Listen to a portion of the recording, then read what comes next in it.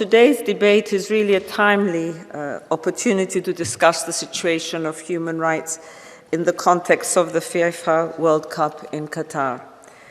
Yesterday, one of the most watched global sports events kicked off in Doha. Over 1 million visiting football fans are expected, and billions will be watching worldwide. Besides the hosting of this important tournament, the country's human rights record has been in the global spotlight throughout its preparation over the last few months. According to the International Labour Organization, for example, 50 people died in Qatar and some 500 others suffered serious injuries in work-related accidents linked to building the World Cup infrastructure in 2020. Each single one of those deaths is, of course, a tragedy. But Qatar has also made significant progress on labor rights over the past years. It was the first country in the Gulf to dismantle the discriminatory kafala system, which kept Qatar's large migrant worker population at the mercy of their employers.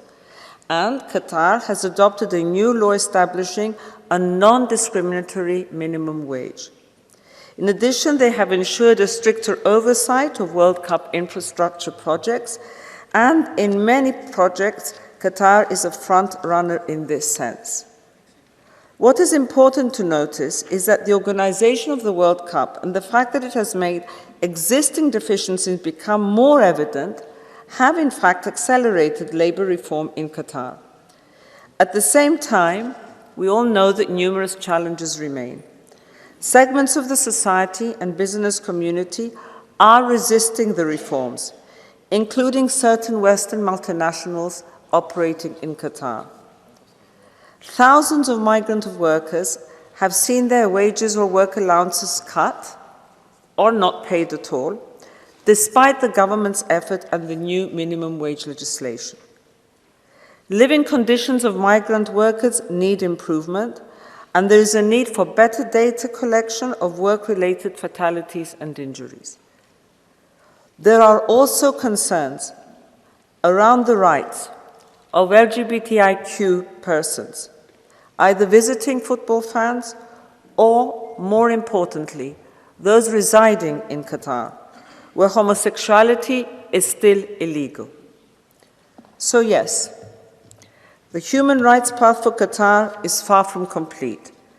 And as for any other country, it is a continuous journey that will never be finished.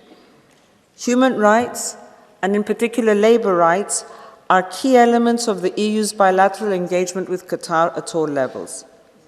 And Qatar has been open to this and welcomed this engagement. In fact, Vice Presidents Hinas and Commissioner Schmidt regularly discuss labor rights with Qatari leaders. And EU Special Representative for Human Rights, Eamon Gilmore, has also engaged extensively with this matter, including through his field visit to the construction site of one of the World Cup stadiums in Qatar in February of 2020, and through his follow-up meetings earlier this year. More recently, last week, the European Parliament Joint Committee held a constructive public hearing in the presence of the Qatari Labour Minister, providing the opportunity to raise openly all pertinent concerns about the situation of labour rights in this country.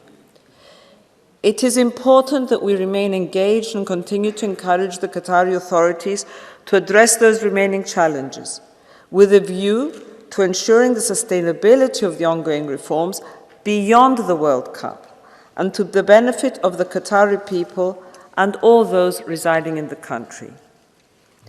Qatar has now a chance to show the world that it is ready and that it is willing to continue on the path of openness, the path of tolerance, and the path of modernization. This will encourage human rights reforms elsewhere in the region, as well as in other countries hosting big sports events.